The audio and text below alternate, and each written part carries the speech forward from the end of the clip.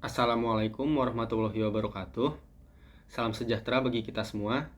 Pada kesempatan kali ini, saya Bagas Era Kumara dengan nomor induk mahasiswa 55522000076 akan menyampaikan penjelasan mengenai teori akuntansi normatif dan teori akuntansi positif. Pertama-tama akan dijelaskan terlebih dahulu pembahasan mengenai pengertian dan sifat teori akuntansi. Teori adalah hasil dari fenomena empiris yang diperoleh dari berbagai riset dan pada suatu kesimpulan yang bersifat logis, universal, objektif, produktif, dan konsisten. Teori akuntansi dapat didefinisikan sebagai suatu susunan konsep, definisi, dan pedoman yang menyajikan gambaran fenomena ekonomi secara sistematis dengan tujuan untuk melakukan ramalan atas fenomena sosial dan ekonomi yang akan muncul pada masa mendatang. Adapun fungsi dari teori akuntansi diantaranya yaitu yang pertama, sebagai acuan bagi badan penyusun standar akuntansi. Lalu yang kedua, sebagai kerangka konseptual dalam penyelesaian masalah akuntansi yang tidak diatur dalam standar akuntansi. Lalu yang ketiga, untuk meningkatkan keyakinan serta pemahaman pengguna mengenai informasi akuntansi yang disajikan dalam laporan keuangan perusahaan. Serta yang keempat, sebagai pedoman untuk menilai praktik dan penerapan prosedur akuntansi. Riyahi dan Belkawi menegaskan bahwa apapun pendekatan dan metodologi riset yang diterapkan dalam merumuskan teori akuntansi, hasil kerangka konseptualnya tetap berdasar kepada seperangkat elemen yang saling berhubungan dengan tujuan untuk mengatur perkembangan berbagai teknik-teknik akuntansi. Adapun elemen-elemen dalam sebuah kerangka teori akuntansi meliputi postulat akuntansi, konsep teoritis akuntansi, prinsip-prinsip akuntansi, dan teknik akuntansi. Elemen yang pertama yaitu postulat akuntansi. Postulat akuntansi merupakan asumsi dasar yang mendasari berbagai prinsip dan teknik akuntansi yang lebih didasarkan kepada kesepakatan antara akuntan dengan lingkungannya yang memiliki relevansi dengan tujuan pelaporan keuangan. Lalu elemen yang kedua yaitu konsep teoritis akuntansi. Konsep teoritis merupakan pernyataan yang tidak perlu dibuktikan secara menyeluruh serta memberikan gambaran sifat dari kesatuan akuntansi. Berikutnya, elemen yang ketiga yaitu prinsip-prinsip akuntansi. Prinsip akuntansi merupakan prinsip-prinsip yang berhubungan dengan proses pengambilan keputusan yang bersifat umum. Prinsip akuntansi merupakan dasar dalam menyusun bermacam-macam teknik dalam akuntansi.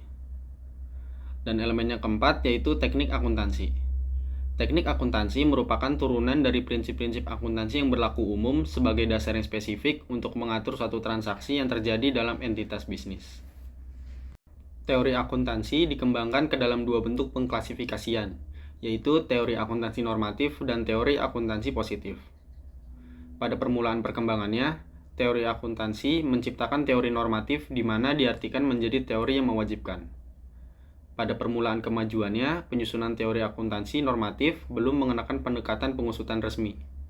Prinsip ditata guna meningkatkan asumsi akuntansi. Bermacam pihak yang berselisih berupaya meningkatkan asumsi akuntansi. Banyaknya rancangan yang berselisih ini terwakilkan dengan banyaknya pertikaian opini di antara bermacam norma akuntansi semacam AICPA, AAA, serta APB. Teori akuntansi normatif atau disebut dengan teori preskriptif merupakan teori yang berkaitan dengan apa yang seharusnya dilakukan, yang dalam hal ini teori akuntansi dianggap sebagai sebuah norma peraturan yang harus ditaati. Teori akuntansi normatif bertujuan untuk mengkoreksi terkait apa yang seharusnya dilakukan dalam praktiknya. Misalnya, pernyataan bahwa laporan keuangan seharusnya berdasar kepada metode pengukuran yang berlaku.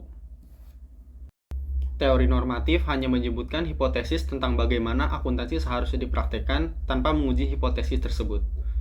Pada awal perkembangannya, teori akuntansi normatif belum menggunakan pendekatan investigasi dan cenderung disusun untuk menghasilkan postulat akuntansi.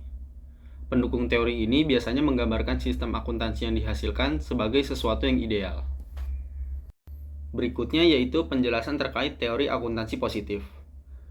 Teori akuntansi positif merupakan studi lanjut dari teori akuntansi normatif karena kegagalan teori akuntansi normatif dalam menjelaskan fenomena praktik yang terjadi secara nyata. Apabila teori normatif menampilkan metode paling baik guna melaksanakan suatu praktik berlandaskan standar, premis, maupun norma, teori positif berupaya memaparkan ataupun memprediksi peristiwa yang benar-benar ada serta diuji dengan cara empirik. Teori akuntansi positif mempunyai peran yang krusial dalam perkembangan teori akuntansi. Teori akuntansi positif dapat memberikan referensi bagi para pembuat kebijakan akuntansi dalam menentukan konsekuensi dari kebijakan tersebut. Teori akuntansi positif lebih bersifat deskriptif. Tujuan dari teori akuntansi positif adalah untuk menjelaskan dan memprediksikan praktik akuntansi melalui pengujian kembali hipotesis atau teori dengan pengalaman atau fakta-fakta di dunia nyata. Terdapat beberapa kritik terhadap teori akuntansi positif. Di antaranya yaitu yang pertama, Christensen menyatakan bahwa riset positif lebih berkaitan dengan sosiologi akuntansi. Christensen pada sisi pembangunan teori akuntansi, perilaku yang dijelaskan dan diprediksi seharusnya adalah perilaku entitas akuntansi. Kemudian juga dinyatakan bahwa pada suatu waktu pencapaian ilmu pengetahuan perlu dilakukan secara normatif. Lalu kritikan yang kedua, Watts dan Zimmerman melakukan evaluasi atas konsep metodologi dan pengembangan hipotesis yang dapat menunjang konsep utama teori akuntansi positif, yaitu untuk memprediksi dan menjelaskan perilaku individu, baik akuntan maupun manajer, sebagai upaya memaksimalkan utilitasnya. Watts dan Zimmerman mengakui tidak konstruktifnya asumsi filosofis.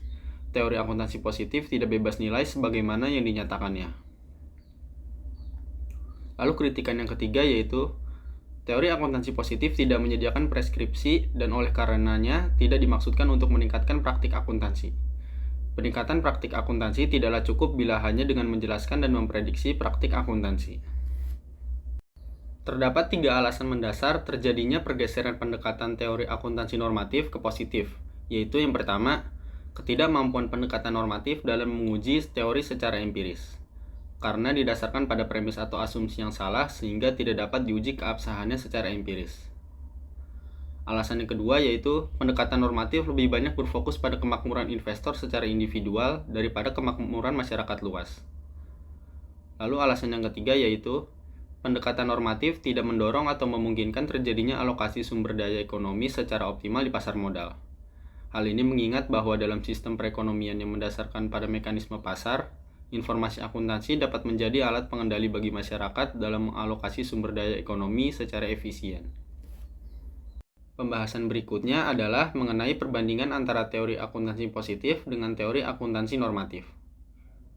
Teori akuntansi dilihat dari segi tujuan perumusannya dapat diklasifikasikan menjadi 2, yaitu teori akuntansi normatif dan positif.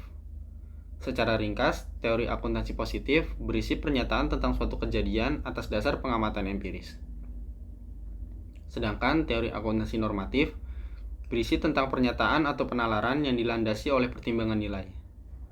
Aspek sasaran teori akuntansi positif berisi pernyataan tentang suatu kejadian, tindakan, atau perbuatan seperti apa adanya sesuai dengan fakta atas dasar empiris.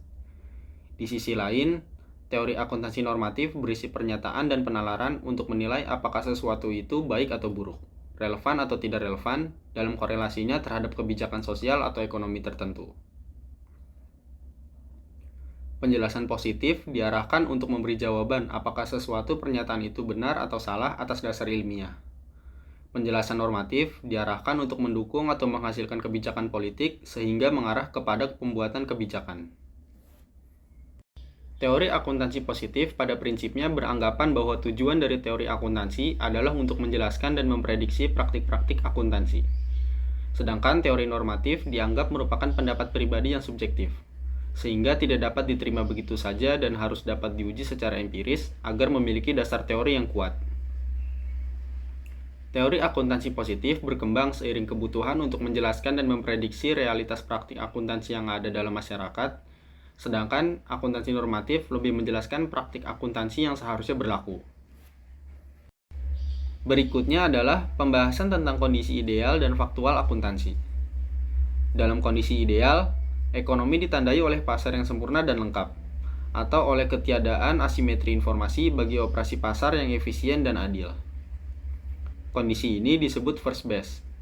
Dalam kenyataannya, pihak-pihak yang bertransaksi dalam bisnis memiliki keuntungan informasi terhadap pihak lain. Jika hal ini terjadi, maka ekonomi dikatakan disifati oleh asimetri informasi.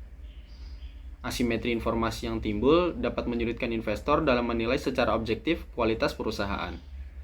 Asimetri informasi biasanya akan meningkat pada masa-masa menjelang pengumuman laba, karena ada sebagian investor yang dapat memperoleh informasi mengenai perusahaan. Lalu, apa implikasi dari timbulnya kondisi asimetri informasi? Adanya kesenjangan informasi tersebut menyebabkan ketidakadilan dalam artian ada pihak yang dirugikan, terutama para investor, karena investor tidak memiliki informasi yang memadai sebelum membuat keputusan investasi. Kesenjangan informasi jenis pertama yang disebabkan oleh keadaan karena adanya informasi tersembunyi disebut dengan adverse selection. Karena merasa dirugikan, maka sangat mungkin para investor tidak tertarik untuk membeli saham perusahaan, sehingga daya tarik perusahaan menjadi rendah karena permintaan terhadap saham rendah. Di sisi lain, manajemen perusahaan ingin menjual saham dengan harga yang tinggi karena berdasarkan informasi yang dimilikinya, seharusnya harga jual sahamnya lebih tinggi dibanding harga yang diinginkan oleh para investor. Jika tidak ada solusi atas persoalan ini, maka transaksi saham bisa gagal. Untuk mengatasi persoalan tersebut, maka kesenjangan informasi ini harus dikurangi atau dihilangkan dengan cara mengungkapkan informasi kepada para investor. Semakin banyak informasi yang disampaikan kepada para investor, maka semakin berkurang pula kesenjangan informasi sehingga harga saham semakin mencerminkan informasi yang disampaikan. Akuntansi berperan untuk menghasilkan informasi yang dibutuhkan oleh para investor dan harus diungkapkan oleh perusahaan. Jenis kesenjangan informasi yang kedua yang disebabkan oleh tindakan tersembunyi disebut dengan moral hazard. Dalam konteks ini, para manajer bertindak tidak sesuai dengan kepentingan pemilik saham. Yang menjadi persoalan adalah, apakah tindakan para manajer dalam memilih kebijakan akuntansi berorientasi pada kepentingan pemilik saham? Persoalan ini dapat dikaji melalui teori akuntansi positif dengan melakukan berbagai riset akuntansi. Tujuan akhir teori akuntansi positif adalah untuk menjelaskan dan memprediksi pilihan akuntansi di antara berbagai pihak dan antar industri. Pernyataan standar akuntansi keuangan yang berkaitan dengan teori akuntansi normatif dan positif dipaparkan pada PSAK nomor 1 tentang penyajian laporan keuangan.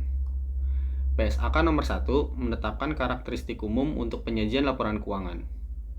Secara khusus, PSAK nomor 1 membahas aspek-aspek penyajian secara wajar dan kepatuhan terhadap standar akuntansi, kelangsungan usaha, dasar akrual akuntansi, materialitas, dan konsistensi penyajian.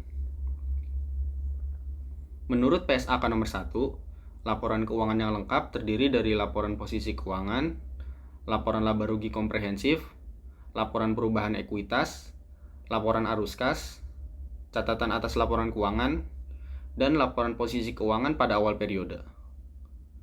Laporan keuangan bermanfaat dalam pengambilan keputusan untuk menjamin para pemakai laporan keuangan bahwa laporan keuangan tersebut telah disusun dengan sesuai. Tujuan penerapan PSAK nomor 1 adalah untuk menetapkan dasar-dasar bagi penyajian laporan keuangan bertujuan umum mengenai posisi keuangan, kinerja keuangan, dan arus kas entitas yang selanjutnya disebut laporan keuangan agar dapat dibandingkan, baik dengan laporan keuangan periode sebelumnya maupun dengan laporan keuangan entitas lain.